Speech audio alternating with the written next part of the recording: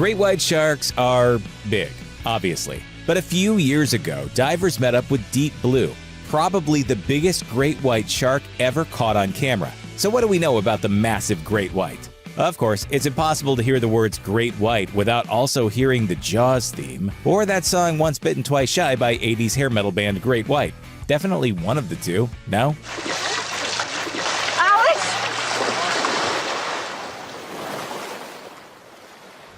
Here, we're talking about the razor-toothed sea beast whose dorsal fin spells certain doom in Steven Spielberg movies, the great white shark.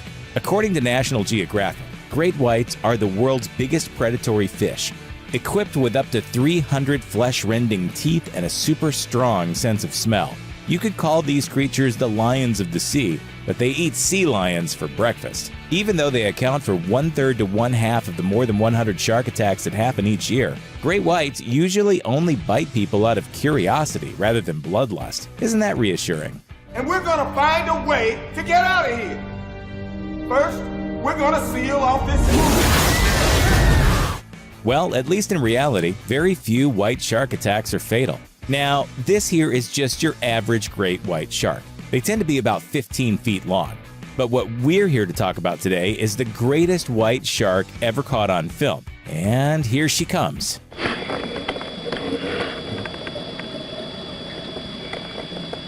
People call her Deep Blue, as she was first introduced to the public through Discovery Channel's Shark Week Marathon. The largest ever caught on film is about 20 feet long and weighs an estimated 5,000 pounds. Despite her gigantic size, the sharp teeth in her mouth, and those freakishly beady eyes, Deep Blue isn't a nightmare. In fact, most great whites aren't.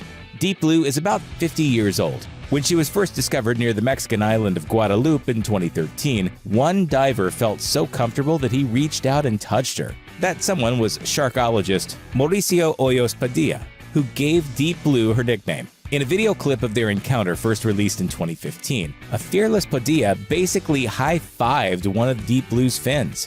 Because who needs both their hands? Even if you're okay with the prospect of underwater amputation, high-fiving a great white is a terrible idea because it can also endanger the shark.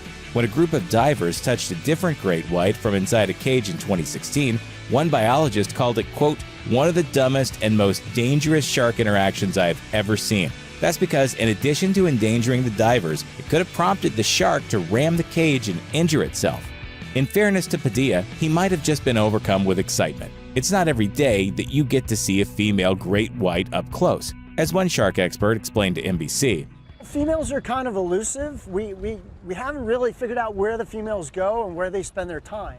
However, Padilla had some idea what Deep Blue was getting up to. He suspected the gargantuan fish was pregnant. So maybe the high five was his way of saying congrats? But maybe she's not quite as large as people say. Shark expert George Burgess, who directs the Florida Natural History Museum's International Shark Attack File, estimated the Deep Blue is closer to 18 or 19 feet long. That might seem nitpicky when you're discussing an animal that can bite off your feet altogether, but it makes a huge difference when measuring the largest animal of its kind.